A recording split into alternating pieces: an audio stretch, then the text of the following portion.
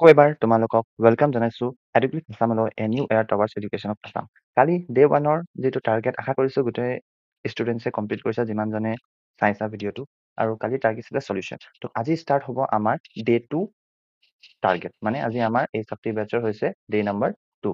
ইয়াৰ আগত এটা কথা ক'বলৈ গৈ আছো, কালি যোনে যোনে লেকচাৰটো চালা এটেণ্ডেঞ্চ 50টা ভিউ চাইছা। আই ন' ডেট তোমাৰ হ'ব পাৰে কিছুমানে দুবাৰ চাইছে, বাট যিমানে চাইছে ইমানে তোমালোকে জাষ্ট ভিডিঅ'টো এবাৰ লাইক কৰি দিবা, চেনেলটো ছাবস্ক্ৰাইব কৰি দিয়া আৰু লগতে নিজৰ এটেণ্ডেঞ্চটো দিয়া আকৌ। কালি মাত্ৰ তোমাৰ 6জনেহে এটেণ্ডেঞ্চ দিছে। ত' please try to give your attendance.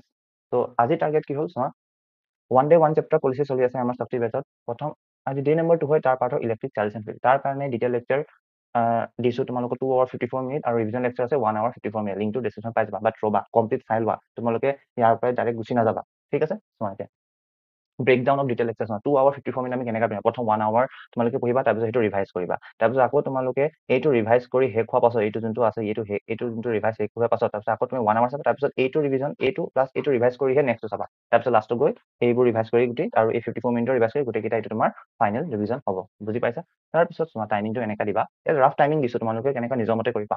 First part চাবা, তাৰপিছত 20 মিনিটত ফাৰ্ষ্ট পাৰ্টটো ৰিভাইজ কৰিবা। ছেকেণ্ড পাৰ্ট চাবা, তাৰপিছত ছেকেণ্ড পাৰ্টটো আকৌ ফাৰ্ষ্ট পাৰ্টটো মানে আকৌ ৰিভিজন কৰি মেলিহে আকৌ ছেকেণ্ড পাৰ্টটো ৰিভাইজ কৰিবা। তাৰপিছত আকৌ ফাইনেল পাৰ্ট, তাৰপিছত গোটেইকেইটা চেপ্টাৰ একেলগে ৰিভাইজ কৰি ল'বা।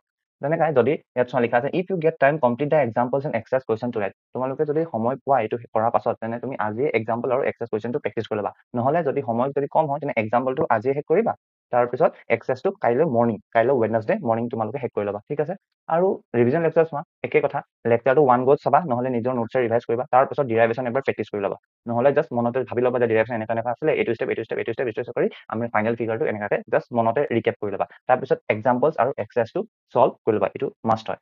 তাৰপিছত চোৱা তোমাৰ ডিউটি মই কালি দিছোঁ, তোমালোকে ফুলফিল কৰা, তো সেইকাৰণে আজি আকৌ জনাই দিছোঁ। Like the video', share the video', subscribe the video' আৰু নিজৰ এটেণ্ডেঞ্চ দি দিবা ডেটো কমপ্লিটেড বুলি। তাৰপিছত also' comment love from educate Assam, তোমালোকে কমেণ্ট কৰি দিবা যোনটো মই লেকচাৰটো তোমালোকক পঠাইছোঁ। আৰু আউট ইয়ৰ ডাউটছ টু এছাইনমেণ্টৰ, তোমালোকৰ ফিজিক্সৰ মেণ্টৰ দি আছে, তোমাক কিবা ডাউট থাকিলে তুমি সুধিবা। তাৰপিছত your overall task will be completed when you will watch the lecture, revise it and solve it। তোমাৰ টাস্কটো তেতিয়াহে কমপ্লিট হ'ব যেতিয়া তুমি লেকচাৰ চাবা, তাৰ ৰিভিজন কৰিবা আৰু কুৱেশ্যনবোৰ চল্ভ কৰিবা, ঠিক আছে? তো এটেণ্ডেঞ্চটো দিব নাপাহৰিবা।